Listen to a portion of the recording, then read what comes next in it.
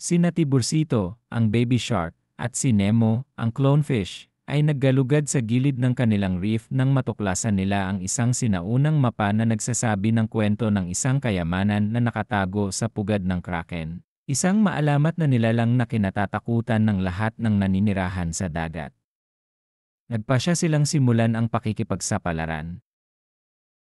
Ang magkakaibigan ay nahaharap sa isang malakas na agos sa ilalim ng tubig na nagdala sa kanila na malayo sa kanilang tahanan.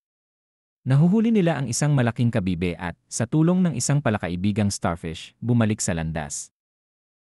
Sa kanilang pakikipagsapalaran sa kailaliman, narating nila ang isang higanteng kagubatan ng kelp. Isang higanteng octopus, tagapag-alaga ng kagubatan, ang naghamon sa kanila na lutasin ang isang bugtong upang makatawid dito. Dahil sa kanilang katalinuhan, nagawa ni na Baby Shark at Nemo na lutasin ang bugtong at ipagpatuloy ang kanilang paglalakbay. Pwede. Bigla silang napalibutan ng grupo ng mga martilyo. Ang mga pating na ito ay kilala sa kanilang bangis, ngunit si Baby Shark, sa kanyang tapang, ay nagawang patahimikin ang mga ito sa pamamagitan ng isang kanta na natutunan niya mula sa kanyang lola. Sa wakas ay nakarating na sila sa pugad ng Kraken.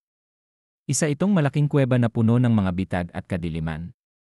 Si Baby Shark, na naalala ang kanyang tapang noong una, ay nagpasya na pumasok muna. Sa loob ng kuweba, kailangan nilang harapin ang mga luminescent na nilalang na umaatake sa kanila gamit ang kanilang mga galamay. Sa tulong ng maliliit na electric fish, nagawa nilang ipagtanggol ang kanilang sarili at sumulong. Bigla silang nakarinig ng nakakabinging dagundong. Ang Kraken, isang dambuhalang nilalang na may maraming galamay, ay lumitaw sa kanilang harapan. Nagniningning ang kanyang mga mata sa galit. Napagtanto ni Baby Shark at Nemo na ang Kraken ay hindi isang halimaw, ngunit nakulong sa isang misteryosong lambat ng damong dagat. Nang mapalaya nila ang Kraken, nagpasalamat siya sa kanila at ipinakita sa kanila ang daan patungo sa kayamanan. Ang kayamanan ay isang sinaunang setro na maaaring kontrolin ang mga pagtaas ng tubig. Nagpasya ang mga kaibigan na huwag itago ito, ngunit ibalik ito sa orihinal na lokasyon nito, isang nawalang templo sa ilalim ng tubig. Sa pagbabalik, nakakita sila ng isang balyena na nakulong sa isang lambat. Sa tulong ng lahat ng mga naninirahan sa dagat, nagawa nilang palayain siya. Bumalik sa bahura, tinanggap sila na parang mga bayani. Pinalamutan sila ng hari ng isda dahil sa kanilang katapangan at karunungan. Si Baby Shark at Nemo ang naging pinakatanyag na explorer ng karagatan.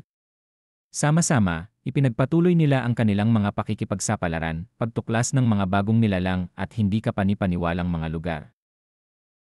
At kaya, sina Baby Shark at Nemo ay namuhay ng maligaya magpakailanman, na nag-iwan ng hindi maalis na marka sa kasaysayan ng mga karagatan.